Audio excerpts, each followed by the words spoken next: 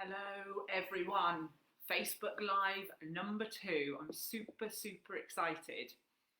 So I am just going to give it a couple of seconds and see if anyone comes on. And today we're going to be talking about adventures on a budget. So hopefully we'll be able to give you some top tips about how to have an adventure without spending too much cash. So I'm going to use the comments thing more wisely this time because I didn't use it very well last time. So hopefully I should be able to see if anyone's commenting and asking any questions. So hello everyone that's joining. Welcome. Hello Sarah, Adventure Queen. Can't wait to go on some adventures with you once lockdown ends, my love. So I shall get started and people can catch up. So lovely people, it's Friday. We made it through another week. Hallelujah. I will do a nice quick Facebook Live today just to give you some hints and tips on how to go on adventures on a budget. And the reason I'm doing that is I did a bit of a poll in the community and people said that this was one of the key things that they wanted to know about. So that's quite nice to know that it's something people need. So the first thing I'm going to try and answer is, what is an adventure? Because lots of people think lots of different things. Hello, Eleanor, and hopefully hello, lovely Elsie, my goddaughter as well. Fingers crossed you're on, you adventurous lady. So what is an adventure? So I've been interviewing lots of adventurous women lately, and lots of them have come up with really different ideas. And one of them, Rachel, who I interviewed a couple of months ago actually now, Rachel, who's a world champion triathlete, I'd just like to point out, hey Liz, said it's anything that makes you go, wow. How cool is that? What a great definition of adventure. It's doing something that makes you go, wow. Another lady said it's something that's out of the normal for you, so it's out of the ordinary. It's just something different to something you'd normally do. And then the third lady of note said it's something that pushes you mentally or physically. Now, you could say that's our children sometimes, push us mentally and physically, but no, she meant actual adventures. So it's quite nice to define what adventure is, because it can be anything really, anything you put your mind to. So some of you I know will be wanting to think massively about local adventures, especially at the moment because it's lockdown. Some of you will think about national as that lockdown goes away, hopefully soon. And some of you will be thinking more broadly and thinking international adventures. But the good news is the rules are the same for saving money on an adventure. All of the same rules apply. So let's have a think about what some of those rules are. So I've got 6 top rules for having an adventure on a budget. So the first one is keep it really simple. You don't have to go on and do something complex like a multi-day trek in the Himalayas to feel adventurous. You don't have to go and push yourself to the absolute limit of your ability to be adventurous. You can keep it really simple and really cost effective. So don't go too mad. Think of simple things to start with. And as long as you have the kit to be safe, you don't need to go bonkers with kit. So you don't need the Gore-Tex this and Dryline that and the 5,000 lumen this, that and the other that people tempt you with on those lovely adverts for outdoor kit. So you don't need any of that stuff. You just need some stuff to be safe, and I'll talk through what that probably is in a moment. So that's the first one. Keep it simple. Don't spend tons of cash on kit. Second one, think about taking lots of people or going with a group of people. Now, there's a good benefit to that on many different levels. So first one is you can spread the cost. So if you're going to drive somewhere, you're going to drive to the Lake District or drive to Cornwall or whatever, stick 5 of you in a car, split the fuel 5 ways. Marvellous. You can split the accommodation 5 ways if you're staying somewhere. More importantly, you can share the load of the bags that you might have to carry on your bike, your walk, your sup, your whatever you're going to go on. So more people equals more benefit, I think. So if you go with a group, it's a lot easier than just going on your own. And it's also more environmentally friendly, which is bloody brilliant, isn't it? So number 3 top tip is beg, borrow and steal. You don't necessarily have to steal though, maybe just the first 2, beg and borrow. So we're a bit British, aren't we, lots of us? So we go, oh no, can't possibly ask someone to borrow their stuff, it'll be very inconvenient and all of that stuff. No, we need to start asking to borrow a little bit more. And lockdown has given us a bit of joy actually, that lots of people have gone out and bought things that they wouldn't normally have bought. So the bike trade is overwhelmed with people wanting bikes. You can't get a bike for love nor money. It's like trying to get hold of rocking horse poo, apparently, somebody said to me the other day. Same with stand-up paddle boards, with inflatable kayaks, with all these amazing things. People bought them so that they could do them during lockdown, and that's ace. Some of them use them loads, but some of them don't use them that much, funnily enough. So those people might well be willing to share the joy. So it's definitely worth asking around. Ask around your Facebook groups that you're in, ask in the Find Your Flow group, ask your mates, do you know anyone who's got a stand-up paddleboard or a tent or a rucksack that I can borrow or some walking boots? And you'll be surprised at how kind and generous people are, especially if they know you want to go on an adventure. So it's environmentally friendly. We're not buying 5 stand-up paddleboards for every one person who's going to use it. It's cheaper and it helps you get to know people as well. So if you're asking around in different communities, you'll probably have someone go, well, I'll go wild camping with you actually. And that will be marvellous to meet some other adventurous people as well. Always, always, always try and borrow first. If you can't borrow, try and be a bargain hunter. So try not to go new all the time. So this is tip 4. Try charity shops. Charity shops do a lovely line in OS maps and a lovely line in walking boots and old waterproof coats and things that might just need a little bit of re-waterproofing, and it's not going to cost you a lot of money. You could look in Facebook Marketplace. It's absolutely brilliant for an outdoor adventure bargain. Or in Facebook groups. There are a ton of Facebook groups. If you put into Facebook adventure kit or camping kit or stand-up paddleboarding kit, there are loads of second-hand places that you can get to through Facebook, which is brilliant. The other one that I can recommend, and this is bang on trend right now, is army surplus stores.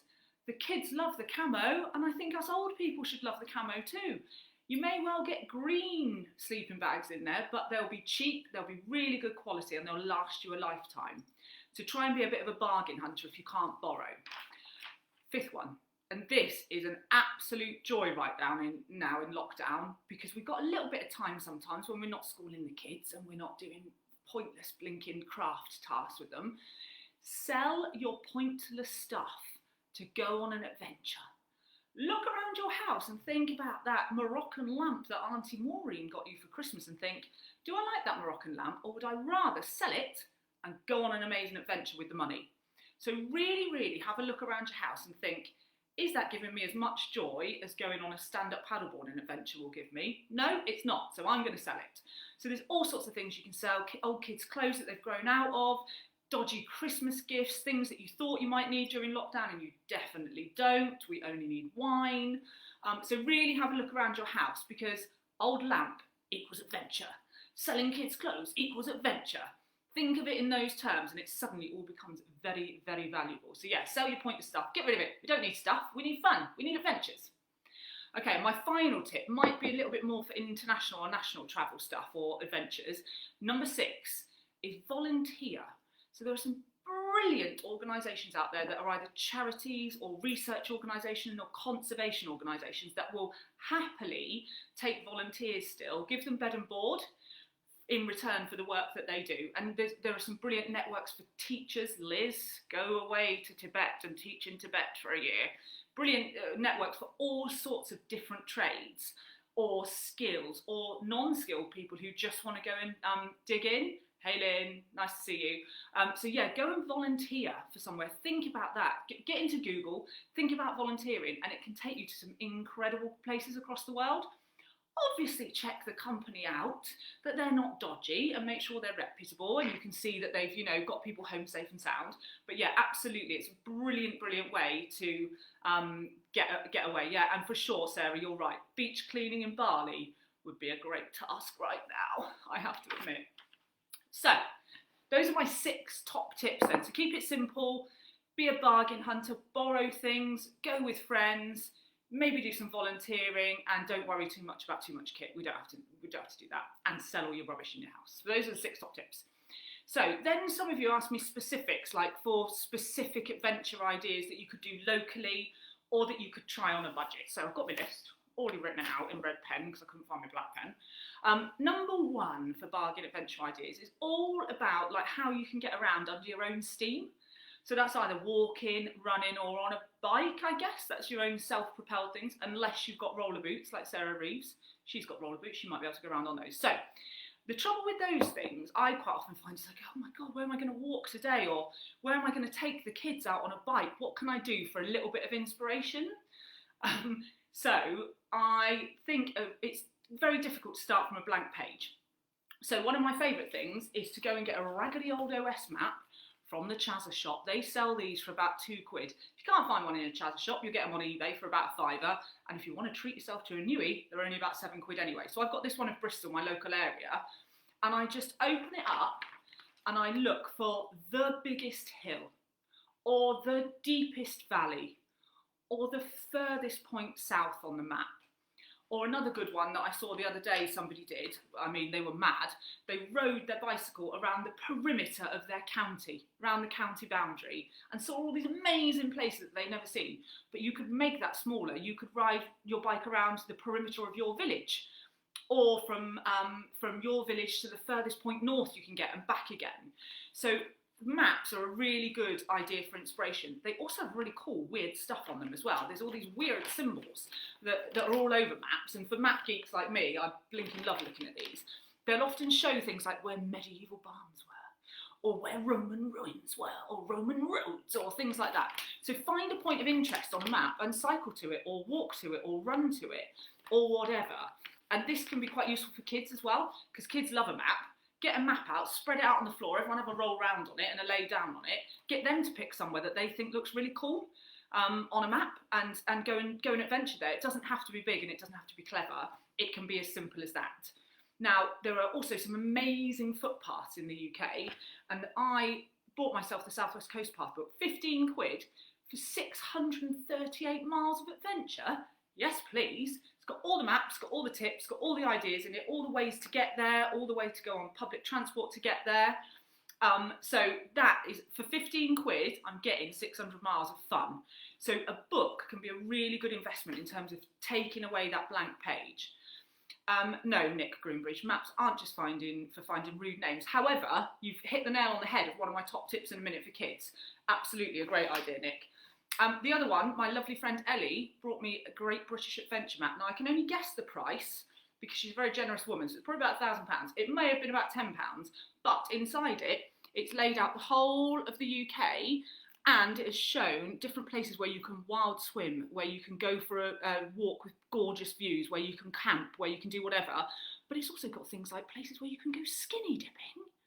What an adventure. So, things like that are really, really simple things that you can go and buy. Or indeed, Jane Galloway, you legend, you could go and get them from a library as well. What a bloody good point. Thank you, Jane. So that's getting around under your own power. So you're walking, running, biking, or if you're Sarah, on your roller boots.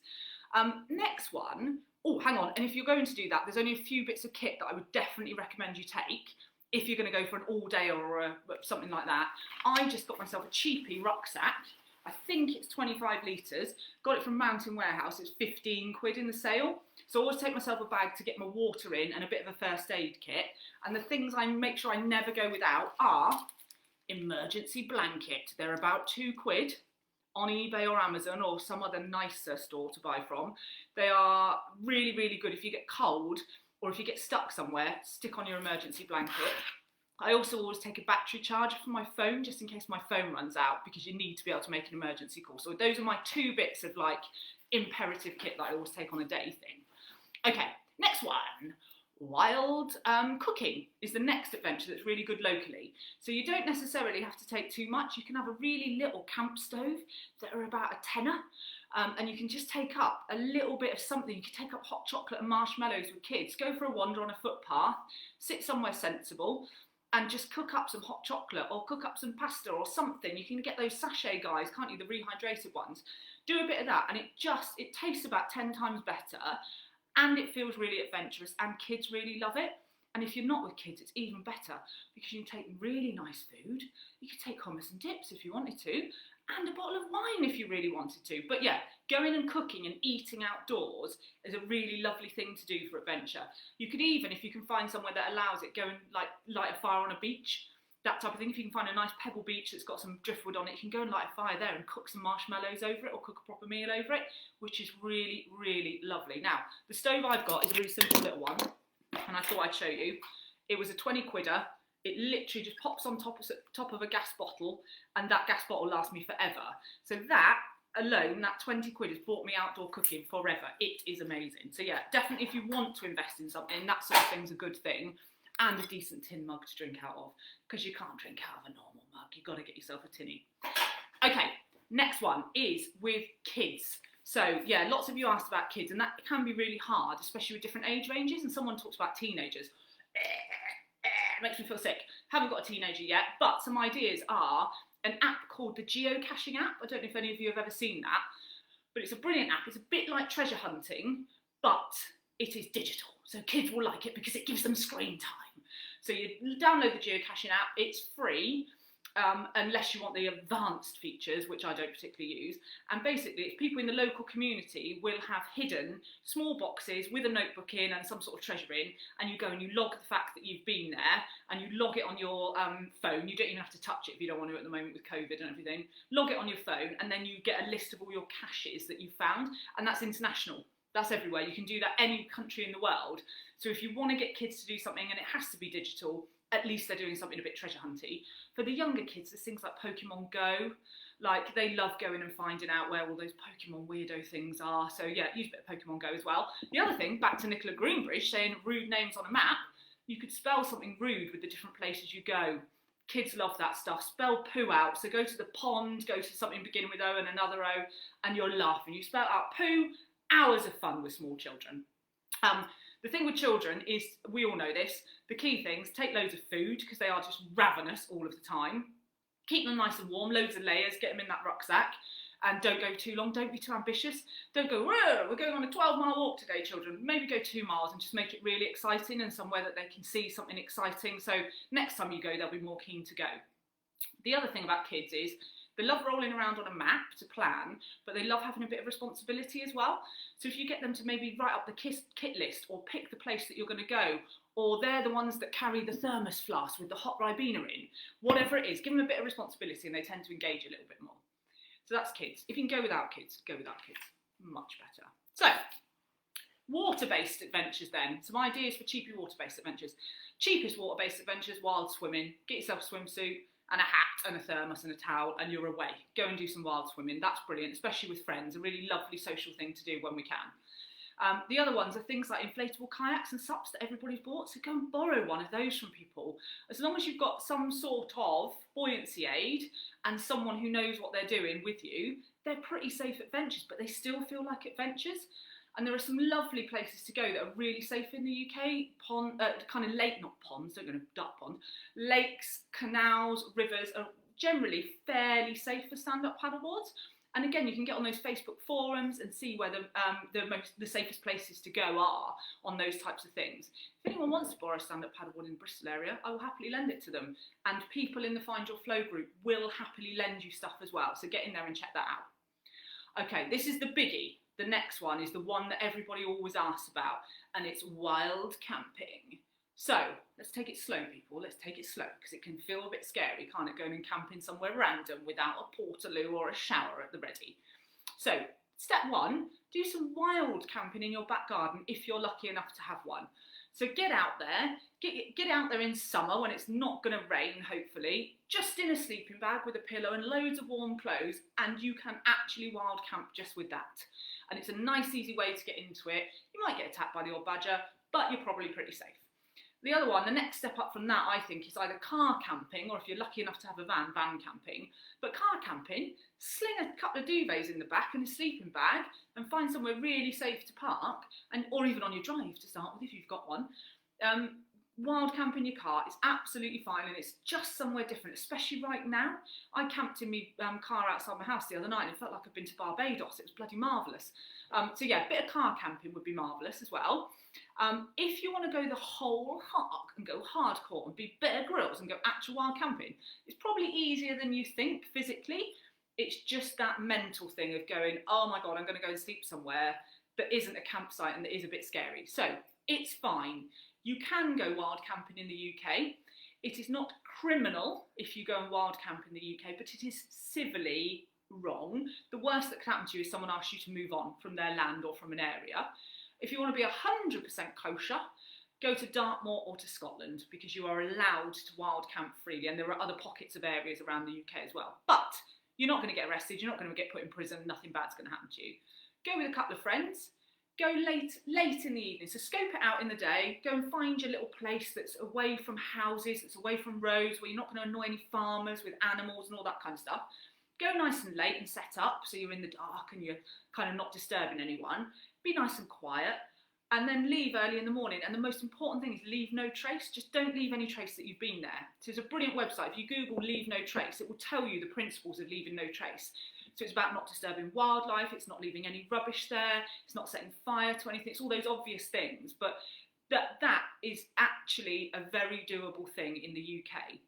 It's not a lot you need either. Like I say, if you go in summer, you can go in a sleeping bag and really warm clothes and wild camp, and that is all you need.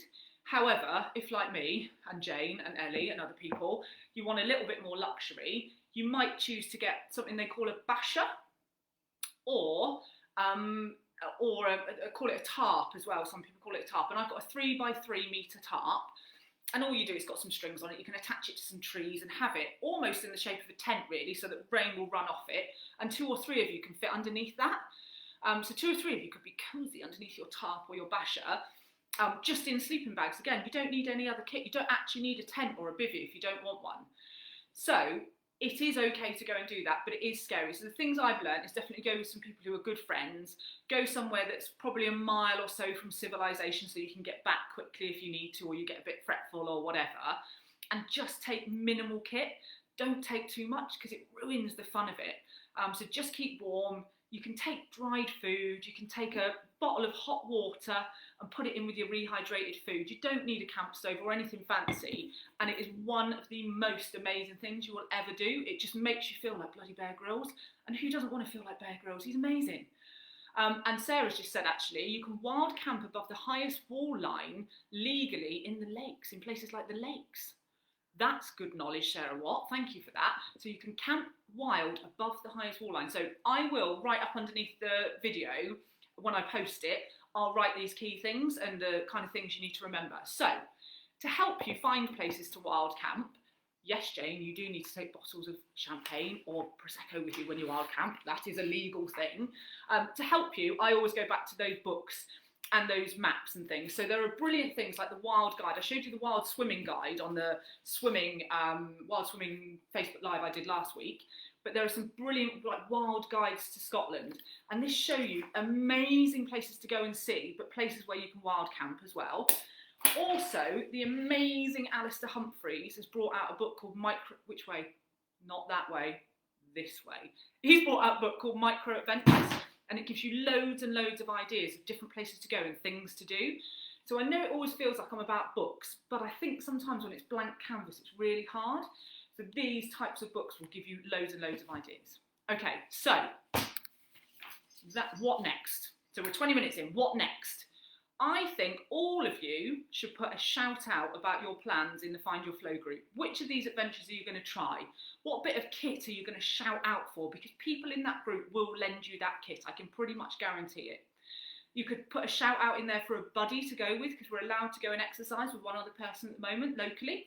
So you could put a shout out in there for a buddy to go with, or for people who want to plan something for after lockdown.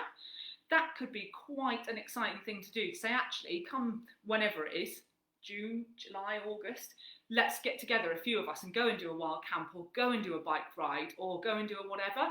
So yeah, put some shout outs in that Find Your Flow group and let us know what you're going to do, because we'd be really excited to hear that. And the first person to put out a please can I borrow something will get a spot prize from me, because it takes a bit of guts to do that. But if you stick it in the Find Your Flow group, you'll get a bit of a spot prize from me. Probably will be a book, knowing me. So has anyone got any questions about adventuring on a budget, my loves? Oh, Sarah Reeves, you've got that book. Well done. And Jane, yeah, you wrote a blinking guest vlog for old Alistair. He's a nutter, but he's what a guy. He's got some brilliant ideas. Absolutely brilliant. So has anyone got any questions they want to ask about adventures on a budget? No? Okie dokes. All right, so get yourselves into that Find Your Flow group. Stick your hand up and say, I need a pal to go and do something with, or I need to borrow something. And get yourselves an adventure organised, and challenge yourself to do it on a budget, and to not spend loads of money, and to sell that bloody Moroccan lamp that Aunt Maureen gave you at Christmas and go on an adventure instead, because it's so much better than a lamp. All right, my loves, thank you so much for coming on. It was lovely to see you, and thank you so much for all your comments and your questions. and I'll see you in a couple of weeks' time for the next Facebook Live. Let me know what you'd like that to be, and I shall tailor a new one for you. All right, lovelies, have an amazing weekend. Get out for an adventure, and I'll see you soon. Bye-bye.